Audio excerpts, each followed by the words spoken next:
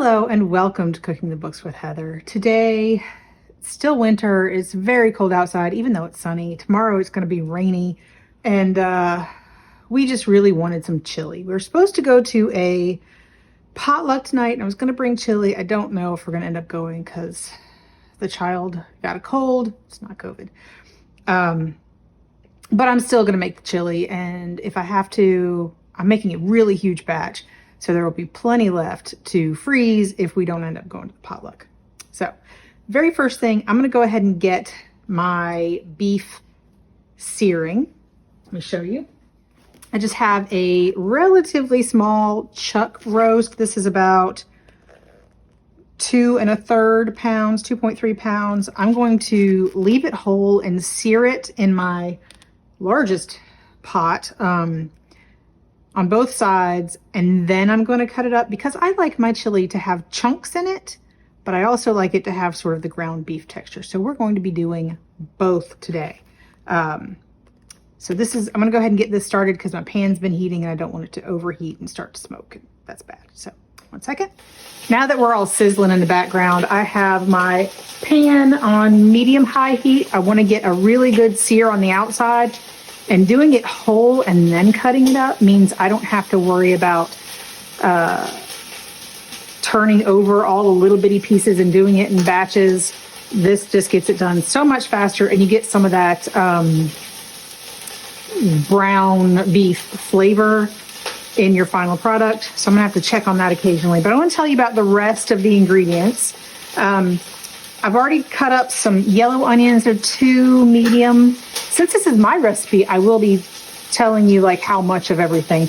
So I've got 2 medium and 1 small yellow onions. That's just what I had left in my bag. I would do probably 2 medium to large. These were sort of medium to small and then 1 small.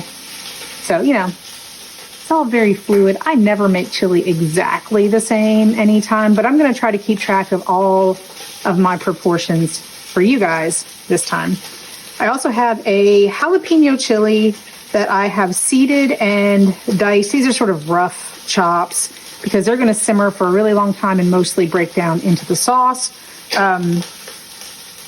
So it doesn't really matter. These are 2 really big jalapenos, and I'm going for flavor and not heat because my children don't do heat very much. My husband usually adds hot sauce to his to make it spicier, but you get a good flavor with this. You can use spicier peppers. You can leave the seeds in if that's what you like. We just don't. So I'm going to put this over here. Oh, and also quite a lot of, it's about half a head of minced up garlic, which will go in near the end of when these are all cooked, but I'll show you that later. Let's talk about some of the canned ingredients that we won't be using until later.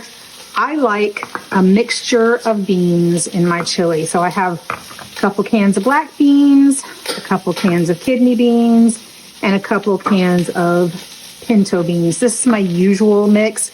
Usually I get sort of 1 light and 1 dark red kidney beans, but they only had the dark in this one. It doesn't really matter. Use whatever you like, but I like to have the black beans, I like to have the pinto beans, and I like the kidney beans. So these are what we like. You can use what you like. I think for a large batch, 6 cans is good. I will be rinsing these before I put them in, but these won't go in until the beef is pretty much tender because these are already cooked and I don't want them to fall apart. So I'm gonna put these over here.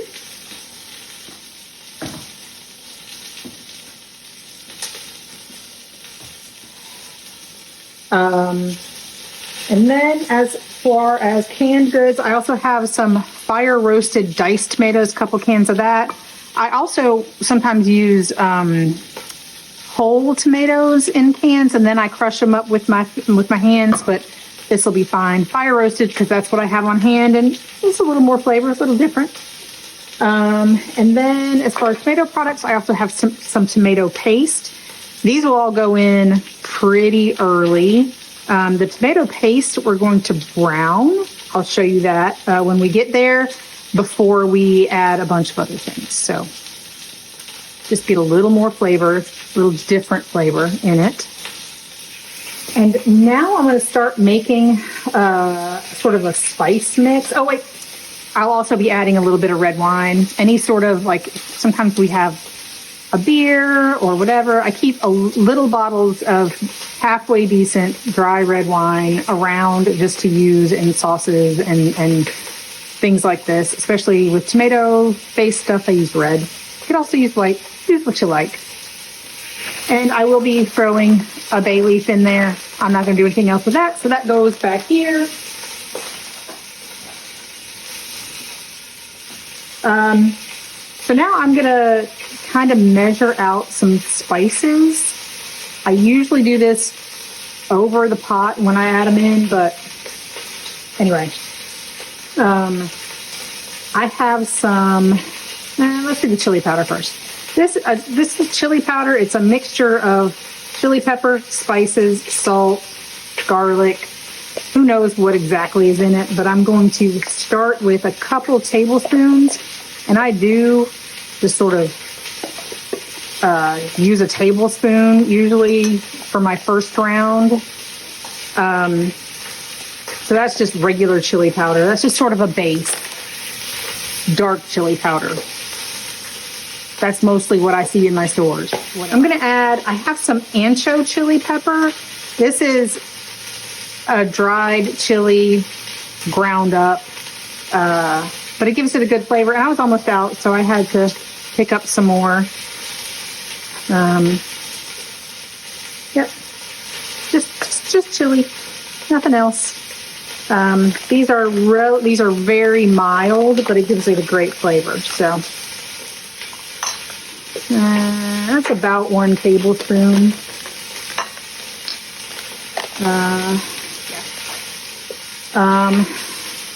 Got some cumin seed. I'm going to go with 1 full tablespoon of that as well.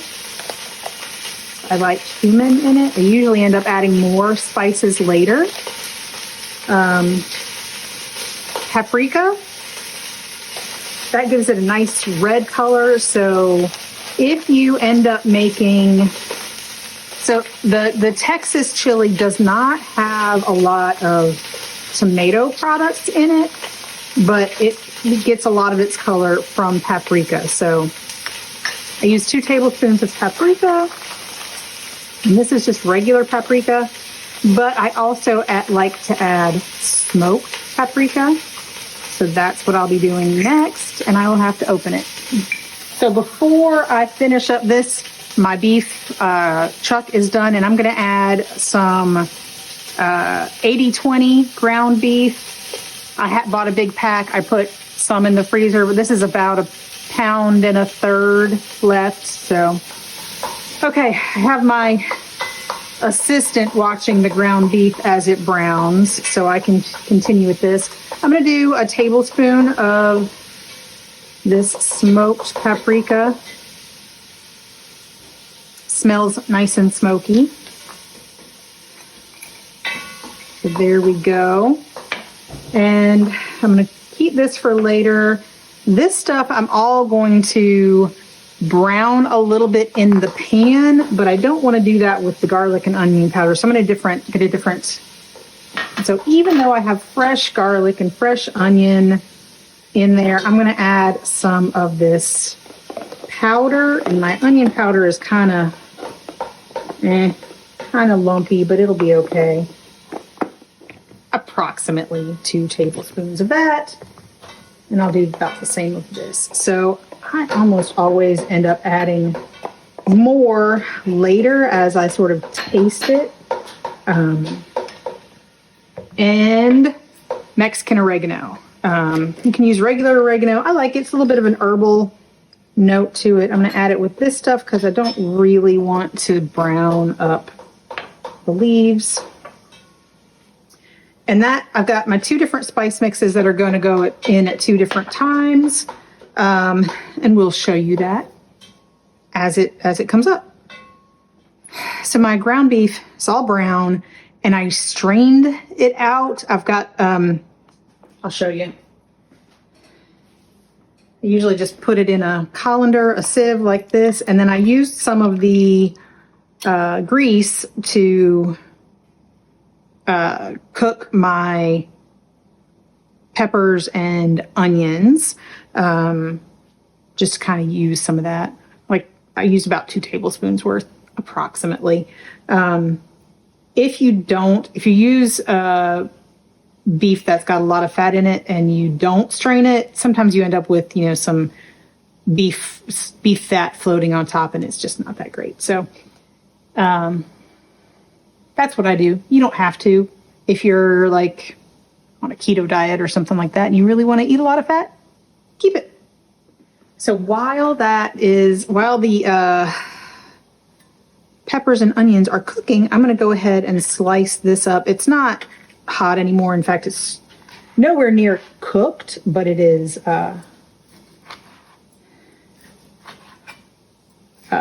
browned on the outside. And I'm going to cut it into basically bite-sized pieces, the size pieces I want to eat. So, and I'm going to cut off as much of the fatty bits because I just don't like that in my mouth. Even after it's all cooked down, it's just not something I enjoy.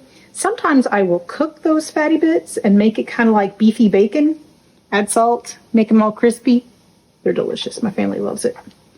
So I'm just going to cut them into pieces about an inch, cubes approximately.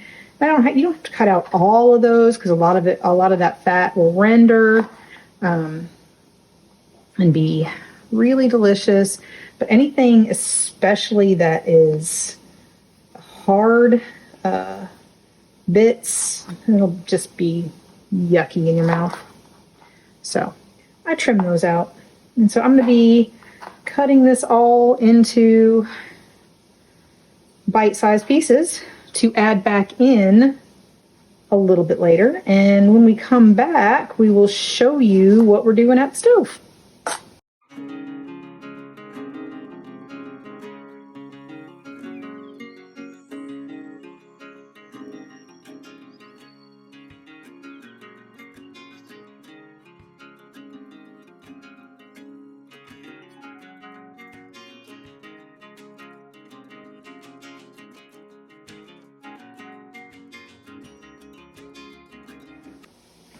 Okay, so these are almost ready. You want to they don't have to be entirely cooked, but you definitely want them to start getting kind of translucent, a little bit cooked. They will cook a lot in the coming hours, because it will take quite a while. I'm going to add in the garlic here. So I'm going to let this cook just a little bit with the garlic before we add anything else.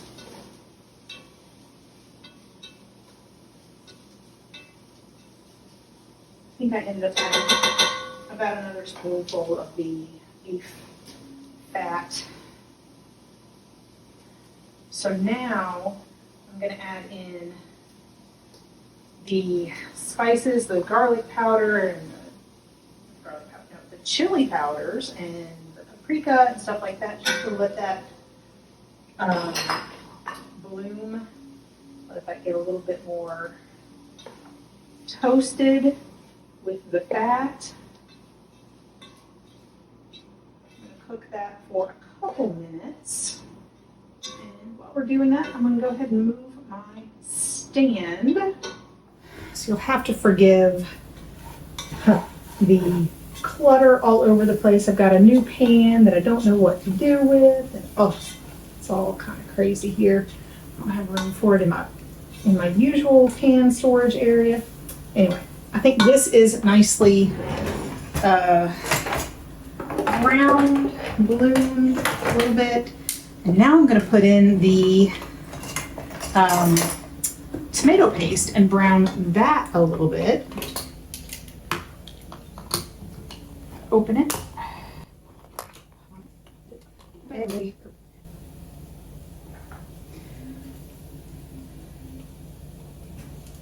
I'm going to get as much off as I can. Got tomato paste all over me.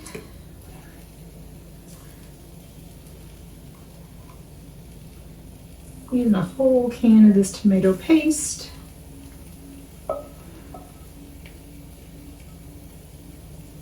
I'm gonna have to go wash my hands a little. Okay, so now, can't see this, but I'm just gonna mix this all up into the spices and the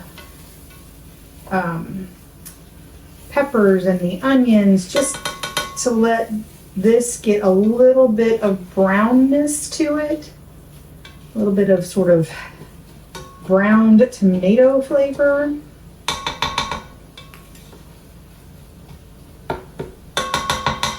My heat is on medium, so take a couple minutes. And before I wash this, might as well go ahead and open up my diced tomatoes.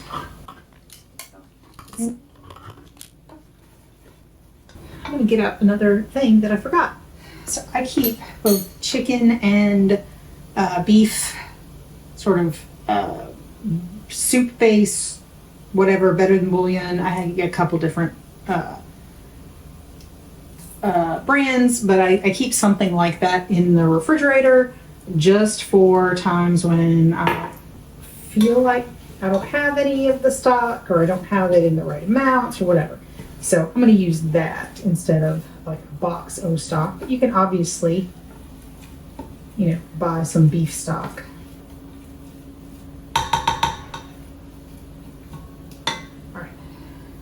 So I think we're okay here. So I'm going to show you what it looks like. This is what it looks like now that it's all sort of browned. It's not burned. It doesn't smell burnt at all, but it kind of looks dark. So that's what I was going for. I'm going to add some wine. So I've got this Cabernet Sauvignon. I'm going to add, this is about, my bad, I've had about half a cup, so about half of this.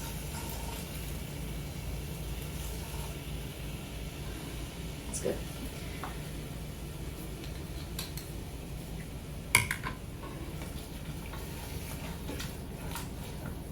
We're going to let that just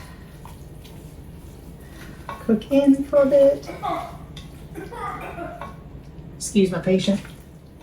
I'm going to add in the garlic powder, onion powder, and Mexican oregano. That's what was in there.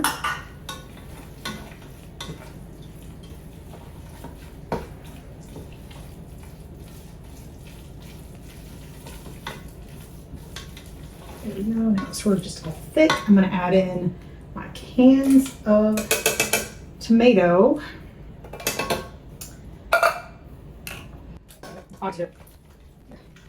Now I'm going to dump in my ground beef.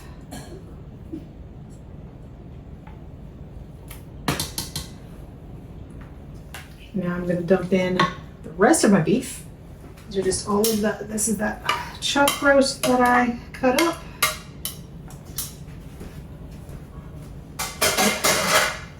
And so now what I'm going to do is add water just to cover. I like my chili kind of thick, so I'm gonna add some water just to cover, and then I'm gonna add like a spoonful of the better than beef bouillon. So if you're using beef stock, just beef stock to cover. So I'm gonna fill up these cans to do it, to kind of get the last bits of tomatoey stuff out of them.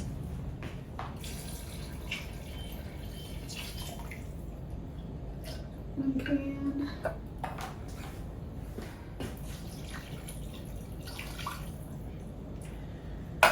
So that was about 2 cans of water, 2 of the larger cans of water, and it just covers.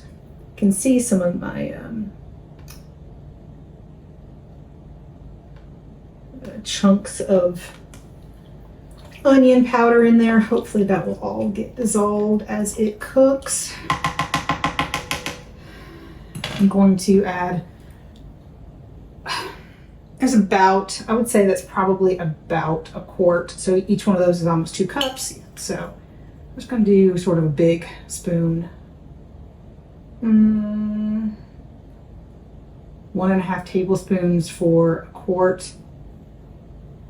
That's what I'm gonna do, about like that. Just get that off the spoon. First, I put in a couple of bay leaves because why not? And some pepper. I got this cool automatic pepper grinder for Christmas. I'm just gonna find quite a bit in there. I'm going for about a tablespoon. It's gonna be a lot of chili. Remember, we haven't put our beans in yet, so that'll kind of stretch it too. And then I'm gonna go with some salt. We haven't put any salt in this. The only salt in it was what was in the beef bouillon and the canned goods, and the chili powder had some in it. So I'm gonna go with 2 tablespoons of salt for now, but I am betting that it will need more later. So, and now I will show you what it looks like in just a second. I'm gonna bring it up to a boil and put a lid on, and I'm gonna simmer it for like hours. It's gonna be probably 2 hours, and I'm gonna try to keep it at kind of a low simmer. So let me show you what it looks like. So with everything, there's kind of just enough liquid to cover it. I will be checking it sort of as those, I'm gonna check it probably at an hour. If you need to add more water, you just wanna keep it just covered at this point. And yeah, that's it for right now. I will show you anything else I do to this as it cooks. But at this point, we're cooking it until the beef is as tender as you want it to be. So, or very close to, because once we add the beans, all we have to do is wait for those to heat up. So, we'll be back in about an hour. Okay, so it's been about an hour, and I'm just checking. And what I'm looking for is for these meat pieces to kind of fall apart, but they are very tough. Can you see that? You see how this won't really squish it? So it's tough, not ready yet. I am gonna taste a little bit for flavor, see if it needs more salt or anything like that. So it's actually not bad for right now. It's got a decent amount of salt. So I'm gonna taste it again. Check it in about an hour. The lid is doing a good job of keeping the moisture in. So I haven't had to add any water or anything, but so I'm going to leave it on medium low for about another hour. Check it again.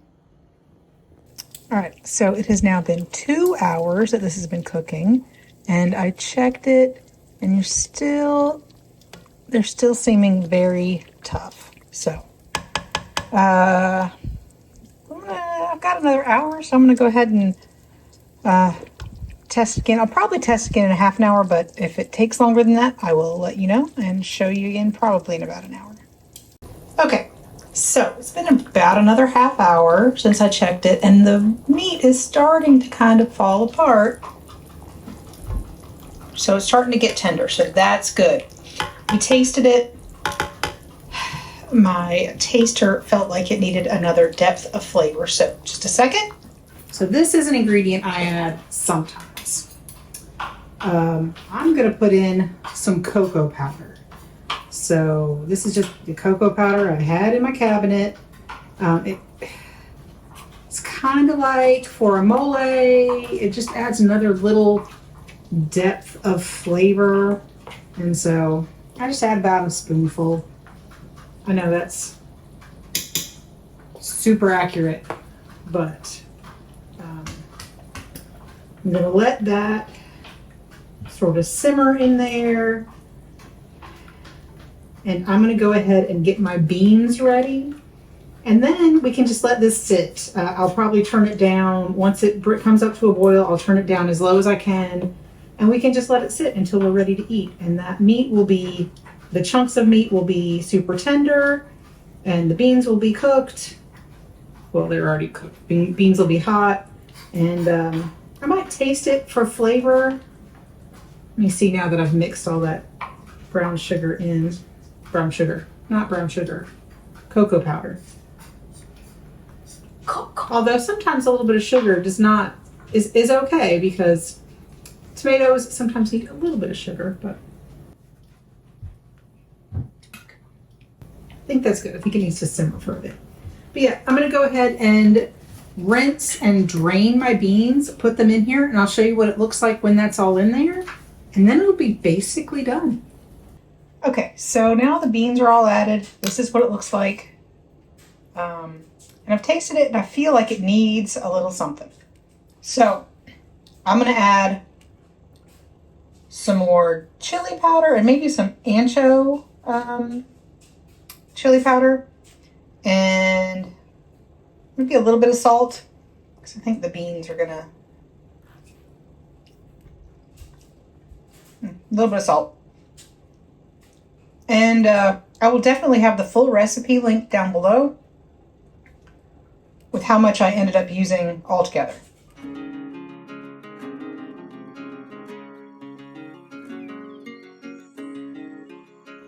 On this episode of Cooking the Books with Heather, you watched me make my own recipe for what I'm calling beef and bean chili. This is what I consider to be a sort of standard American chili. In some places, there's no beans. In some places, I don't know. They do a pork chili, like the green chili with pork. I think that's more of a Southwest type chili, especially where they grow hatch chilies. But from what I understand, beef and bean is a standard American chili. There are lots of other recipes for chilies, and I do make some other recipes for chili, but this is what I call the standard. And it's very beefy. There's a lot of beef, and I like the chunks and the sort of smaller texture of ground beef. So it has that, and it has a lot of beans in it, a different mix of beans. And as you have seen, because I've already made it for you on this video, but my family really enjoys this chili. The recipe, the way I made it this time, made probably at least 12 servings, because we ate last night, and there are 2 large containers that will go in the freezer. At least one of them will make it to the freezer. And then we'll have chili another time with no work, which is great. It's hard for me to say that this is a very specific recipe, because I hardly ever make it exactly the same every time. I kind of throw things in depending on what I have. But this is sort of the basics of what I do. And you can adapt it however you like. My family loves it. It is so hearty. It is so filling. You don't need a whole lot. If you like it thinner, add some water. Make it less thick. If you sometimes I do add some masa harina. I don't happen to have any now. I think I had to throw it out at some point. I forget. But that can help thicken it up a little bit too. So sometimes I add more water and add a little bit of that, and it just gives it a little different flavor. But I will include the full recipe for what I did exactly today in the comments, or not in the comments, in the description below. So you can try it out yourself. And if you do, please let me know what you think. I'd love to hear what other people think. Like I said, I have won several chili competitions, and sometimes with different recipes, but this is a recipe that I used and certainly got some sort of recognition for. Was it exactly what I made? Probably not, but it's pretty close. I will include the whole amount of everything that I added sort of at the end, but that is a very big part of the recipe. You really need to sort of, once it's almost done, basically when you add the beans, taste it and add things that you think it might need. Sometimes I end up adding more garlic powder or onion powder. Most times I end up adding more chili powder, either just the straight chili powder or the chili powder that's a mix of different things. A lot of times I add more cumin. I didn't think it needed it this time, but that's a big flavor component in my chili usually. So yeah, anyway, I hope you enjoyed watching me make this. I hope you try it and let me know what you think. And if you do, give me a thumbs up, hit the subscribe button, and come back and watch me make something else next week.